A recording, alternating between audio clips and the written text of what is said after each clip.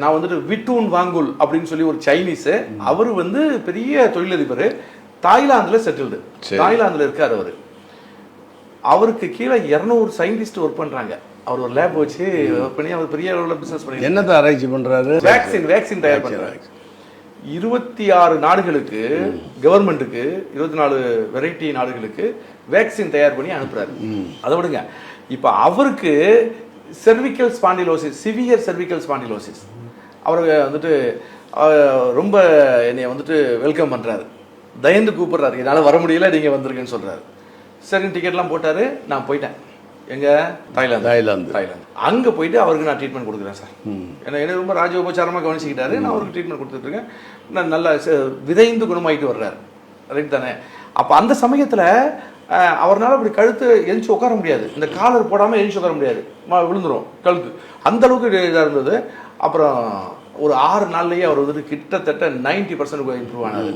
இதெல்லாம் அவர் ஃப்ரெண்ட்ஸுக்கெல்லாம் சொல்லி ஏகப்பட்ட பேர் வந்து பார்க்க வந்தாங்க. அதுல ஒரு நண்பர் குஜராத்துக்காரரு, அவரும் வந்துட்டு அங்கே செட்டில்டு, எங்க தாய்லாந்துல. அவருடைய வியாபாரம் என்னன்னா வைர வியாபாரம். அவரு விட்டுன் வாங்கூலோடைய ஃப்ரெண்டு பார்க்க வர்றாரு. வந்த இடத்துல நான் தமிழ்நாட்டுக்காரன், அவர் குஜராத், இந்தியாக்காரங்கிறதுனால என்கிட்ட கொஞ்சம் நட்பு பழக ஆரம்பிச்சார். அப்போ என்ன ஆகுதுன்னு சொன்னா, நல்ல ஃபேஸ்புக்கில் வந்துட்டு 2 பேருமே வந்துட்டு கண்டினியூ பண்ணிக்கிட்டோம். அந்த ட்ரீட்மெண்ட் கொடுத்துட்டு நான் ஊருக்கு வந்துட்டேன். இப்போ இந்த வைர வியாபாரியும் நானும் இன்ட்ராக்ஷன் போயிட்டு இருக்கு, நட்பு வளருது எங்களுக்குள்ள. இடையில வந்துட்டு நான் ஃபேஸ்புக் பார்க்கறத கொஞ்ச நாள் விட்டுருந்தேன். திடீர்னு ஒரு நாள் வந்து தொடர்ந்து அவர் வந்து என்னை வந்து கூப்பிடுறாரு. சரி, ஃபேஸ்புக்கில் வந்துட்டு மெசேஜில். சரி, உள்ள போய் பார்த்தா ஐசியூவில் படுத்திருக்காரு சார். அந்த நோயாளிக்கு போட்டிருக்க யூனிஃபார்ம் போட்டு படுத்திருக்காரு. அங்கங்க வந்துட்டு ஆக்சிஜன் மாஸ்க் எல்லாம் போட்டிருக்கு அவருக்கு. இங்க பாருங்க அப்படின்னு சொல்லி அவரே செல்ஃபியா காட்டுறாரு. நான் அசந்து போயிட்டேன், என்னது அப்படின்னு சொல்லி. நான் அட்மிட் ஆகி 3 நாள் ஆச்சு. எனக்கு வந்துட்டு நாளைக்கு ஹார்ட் சர்ஜரி பண்ண போறாங்க, கொலஸ்ட்ரால் வந்துட்டு ஹெவியா வந்துட்டு இதாயிடுச்சு. அதனால வந்துட்டு 2 அறையில் அந்த இதில் வந்துட்டு கொலஸ்ட்ரால் உட்காந்துருச்சு, கொழுப்பு உட்காந்துருச்சுன்னு சொல்கிறாரு. சரி, நான் என்ன சொல்கிறேன்னா, ஆப்ரேஷன் வேண்டாம், எனக்காக ஒரு 18 days மட்டும் டைம் தாங்க. நீங்கள் வந்து அங்கே மருத்துவ நிர்வாகத்தில் கேட்டு அங்கே உள்ள ஆம்புலன்ஸில் நீங்கள் ஸ்ட்ரெச்சரில் ஏறி படுத்துக்கிட்டு ஆம்புலன்ஸில் போய் ஸ்ட்ரெச்சர்லேயே கொண்டு உங்கள் ரூமில், உங்கள் பெட்ரூமில் படுக்க வைக்க சொல்லுங்கள். எந்திரிச்சு நடக்கலாம் கூடாது, அப்படியே படுத்துருங்க. நான் ஒரு மருந்து அனுப்புகிறேன். எங்க அவங்க பிரதர்ஸ் இங்கே இருக்காங்க குஜராத்தில், நான் குஜராத்துக்கு அனுப்புகிறேன், கொரியரில் போட்டுடுறேன். அவங்க வாங்கிக்கிட்டு அது கிடைச்சோடனே வாங்கிக்கிட்டு அங்கே வர சொல்லுங்க. நீங்கள் தாய்லாந்துக்கு நீங்கள் அதை சாப்பிடுங்க. 18 days மட்டும், எனக்கு 20 days டைம் கேளுங்க. அங்கே உள்ள நிர்வாகத்தில், அந்த நீங்கள் ஹாஸ்பிட்டல் நிர்வாகத்தில் கேளுங்க. 20 நாள் டைம் கேளுங்க. 20 நாள் கழிச்சு ஆப்ரேஷன் வச்சுக்கலாம் டாக்டர் அப்படின்னு மட்டும் சொல்லிட்டு நீங்கள் கொஞ்சம் ஹம்பிள் ரிக்வெஸ்ட் பண்ணி, நான் சொன்ன மாதிரியே அவர் வந்துட்டு வீட்டுக்கு போய் வீட்டில் பெட்டில் படுத்துக்கிட்டாரு. இப்போ நான் வந்துட்டு மருந்து செஞ்சு அனுப்புகிறேன் சார், அனுப்புகிறேன்.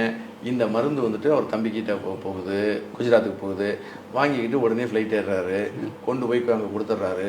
அதை ஃப்ரிட்ஜில் வச்சுக்கிட்டு டெய்லி காலையிலையும் சாயந்தரமும் 18 நாள் குடிச்சிக்கிட்டு இருக்காரு. 19 நாள் நான் ஃபோன் பண்ணி சொல்கிறேன், இப்போ போங்க ஹாஸ்பிட்டலுக்கு, திரும்ப அதே மாதிரி வர சொல்லுங்க. எதை ஆம்புலன்ஸ் வர சொல்லுங்க, ஸ்ட்ரெச்சரில் ஏற்படுத்துக்குங்க, அழுங்காமல் குழுங்காமல் போங்க, டெஸ்ட் ரிப்போர்ட் வர்ற வரைக்கும் கவனமாக பார்த்துக்குங்க அப்படின்னு நான் சொல்கிறேன் சார். அதே மாதிரி போகிறாரு.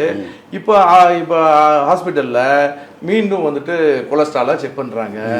மிராக்கிள், ஹார்ட் பியூரிஃபையாக இருக்கு, கொழுப்பு இல்லை, நல்ல மெடிக்கல் மிராக்கிள்.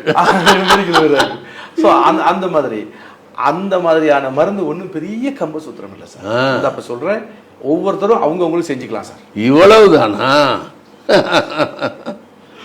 ஆமாம் சார். அதாவது சார், இங்கே பாருங்க, ஒரு இஞ்சி துண்டு தோல் சீவிட்டு நல்லா வந்துட்டு இந்த 2 விரல் அளவுக்கு இஞ்சி துண்டு தோலை சீவிட்டு கழுவிட்டு தோலை சீவிட்டு வச்சுக்கணும், நசுக்கி வச்சுக்கணும். ரைட்டு.